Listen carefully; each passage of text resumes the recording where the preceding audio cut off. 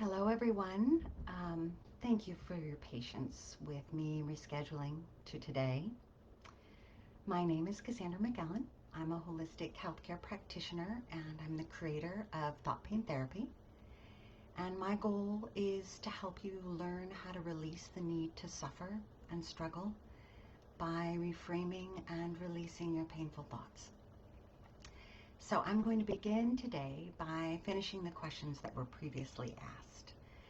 So Karma had asked, can you also talk about common viruses that people tend to have, such as the flu, strep throat, and UTIs? And what is the connection between these happening in your body and what you may be going through in your personal life? It's a great question. So let's start with the flu. And I would put this under the heading of issues in the body related to the immune system or lack of immune support.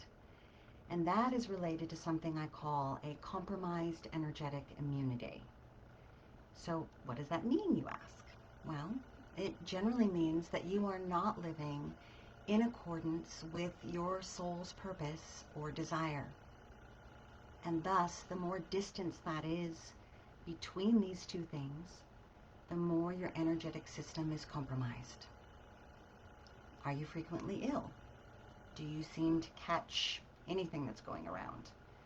Are you sick every year with colds and flus that seem to affect you more than other people or last longer than others? If so, I would recommend that you look at the ways in which you're unhappy with your life. Start challenging the belief that you have no other choice but to be living the life that you're living. Stop telling yourself that you can't all the time. Stop making final statements about your value or your ability to change. To give a more specific example, I've often had clients over the past 20 years that would come to me filled with suffering on the mental, emotional, and physical realms. After they shared their pain with me, I would begin by helping them reframe and consider how to make other choices. And often, at first, this causes the average suffering person to immediately argue on behalf of their limitations, explaining to me at length why they couldn't choose something else. And then, at some point, I would ask them simply, and with kindness, how's that working out for you? If their answer was it really isn't, then we'd know that it was time to try something different. And that is what I would challenge you to do. Make a comparison between what you want and what you have, and begin creating bridges so you can move forward towards becoming what you're here to become. In doing so, you will find that your energetic immunity will raise, and you will be less sick and less often and less debilitatingly. The other connection is overwhelm. Raise your hand if you have a tendency to people please yourself into exhaustion. Or perhaps you just don't pay any attention to your body's needs and therefore use up all of your energetic resources and find yourself depleted. Well, this also leads to a compromised energetic immunity, and it can often keep us sick for longer than we really need to be, because our spirit needs a rest, and being sick or forbid injured, well, maybe that's the only time you truly let yourself rest. Is that you? If you relate to any of this, drop a note in the comments and share with me what you think has a tendency to lower your energetic immunity, and maybe that will help others. Now on to Karma's second request, strep throat. Strep throat connects with the throat chakra, and I spoke about it a bit in week 6 where we covered neck and head. But let's review that here again, and I'll speak more on it.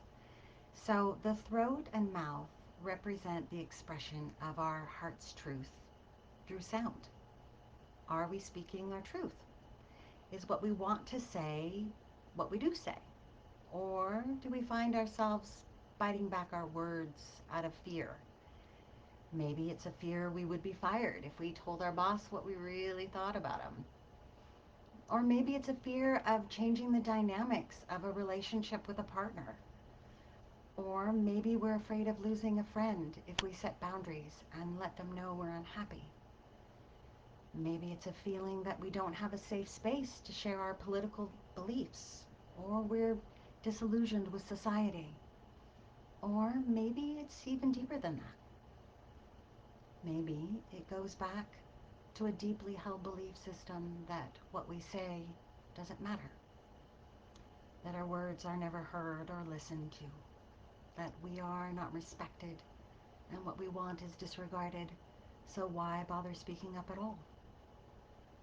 Well, whatever it is that keeps you from telling it like it is something that will be stored in the throat and mouth. So, what can you do about it? Well, since you can't always speak up or speak out, we need to find other ways to get the words out. Find friends or groups that will allow you the freedom to share your feelings without reprisal. And if you can't find that all of the time, then start journaling, using the written word to hold your words for you so you can get them out of your heart. And if you don't like journaling and you want something a bit more active, then I recommend screaming. Get in the car, go for a drive, play some loud or obnoxious music perhaps, and yell it out. When I do this, I imagine that my car is wrapped in a blue bubble of light. So nothing I say, positive, negative, or indifferent, could be passed on in any negative way. It will merely be the words, and they will be embraced by light and transformed. And so to do this, I find a song that vibes just right with me in the moment, and I start saying my truth as I drive. Sometimes I speak it, sometimes I yell it, sometimes I cry it. But my goal is to let it out of my body, and that's the important part. And if you're a softie like me, and you find yourself crying, then I would recommend to do it in the shower. Play some music so no one can hear you cry if you don't want to answer awkward questions. And just let the water flow over you like white, healing light, taking from you all the words that you've been too frustrated to say. And if perhaps a more aggressive act is needed, well, then you could always buy some dishes at a thrift store and write words you want to say on them, or people's names.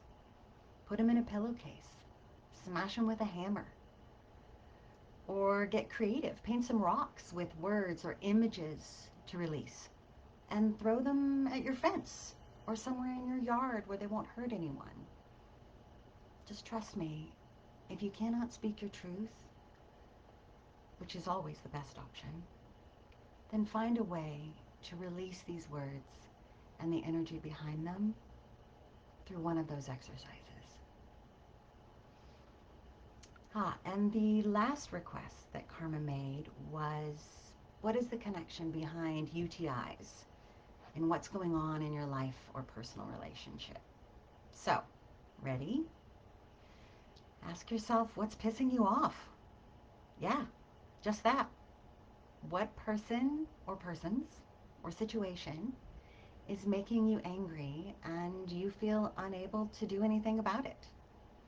Urinary tract infections are the response to a desperate need to get rid of something or someone in your life. It's an attempt to clear out toxicity when you're not acting in your own best interest. And this lack of self-love and self-honoring behavior can make this quite a difficult undertaking. You often feel that your need for love is unfulfilled, or maybe even unfillable. So in addition to the examples I gave you, common UTIs are asking you to take a good look at what you're putting up with that pisses you off and choose yourself.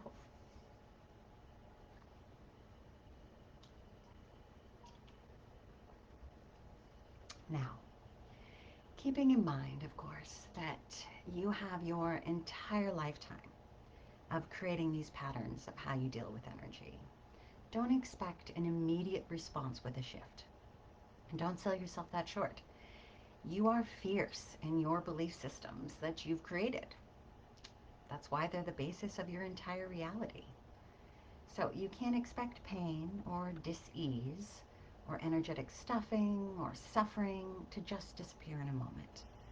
But you can expect that once you've found awareness and acknowledge that a change is necessary, then that energy of change, if held, will begin to create the action that you need.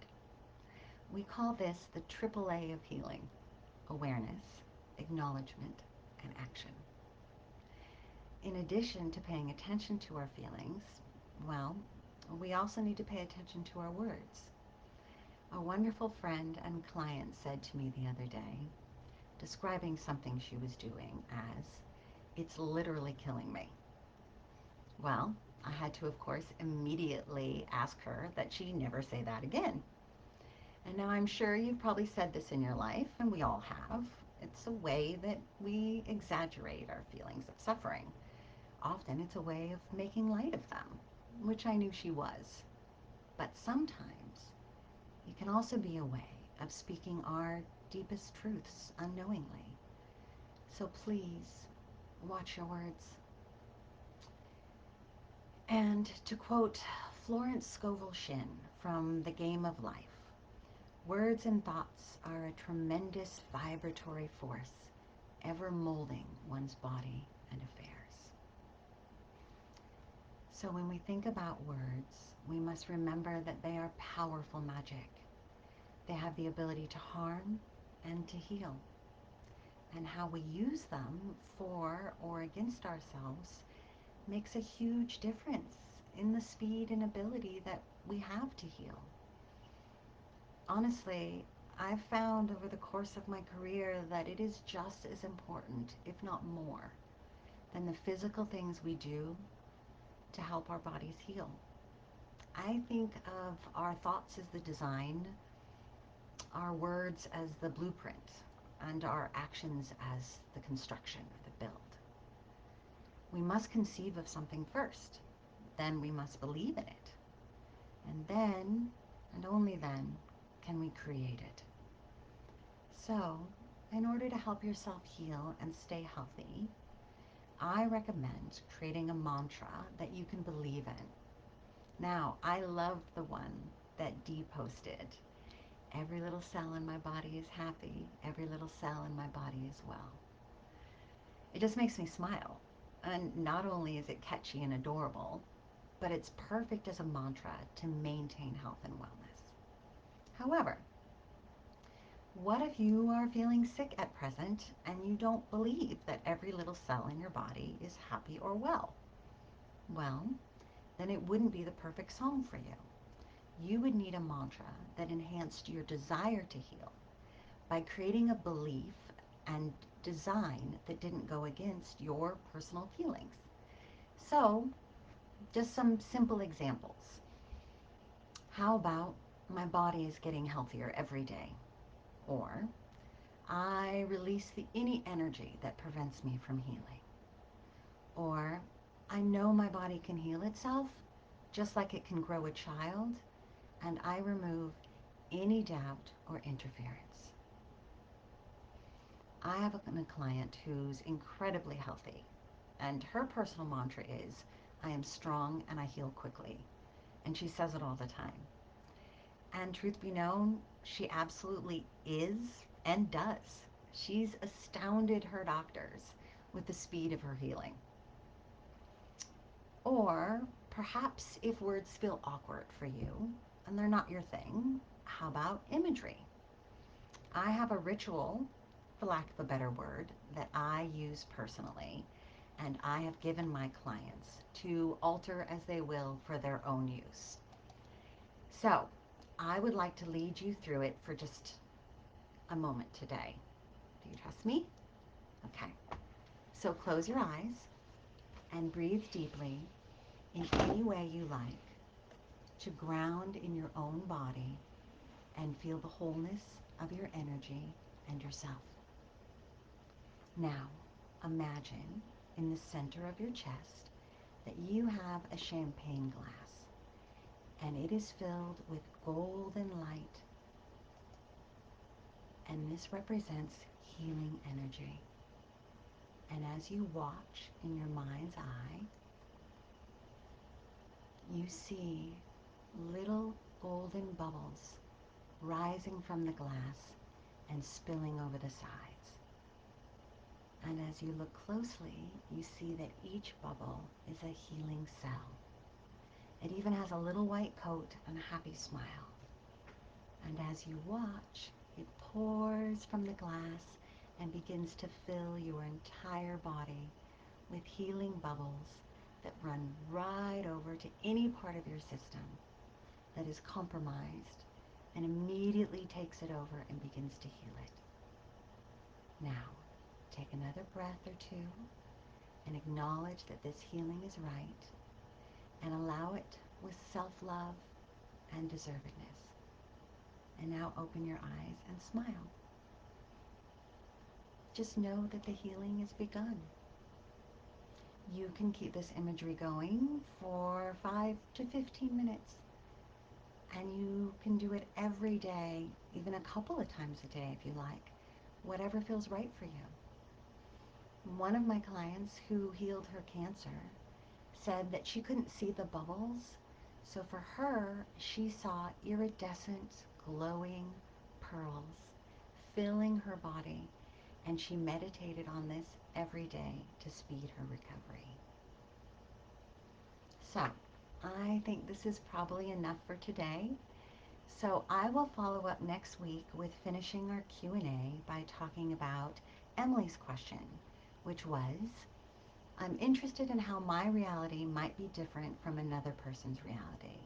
That is, if I believe something to my core and they believe the exact opposite to their core, and we're both good people, how can we coexist or come together? Well, I know this is not a body question, but I've been wondering. Well, Emily, I think it's a perfect question because as we've just explored, beliefs have an integral part in our health and well-being. So, in addition to discussing this, I will also talk about something called a reality tunnel, and we will talk about rightness, as well as the difference between judgment and discernment. So I hope you can make it next Monday. And now I'll see if there's any questions before we close. So emotional health affects your regular health, asks Randall Scala. Yes, it absolutely does, in every single way. Emily says, people pleasing equals low energy for me, 100%. And every little cell in your body is happy, and every little cell in your body is well. So thank you for joining me today. Especially I appreciate that you were patient with the fact it was supposed to be yesterday. So I will see you next Monday at 5:15. Take care of yourself for me.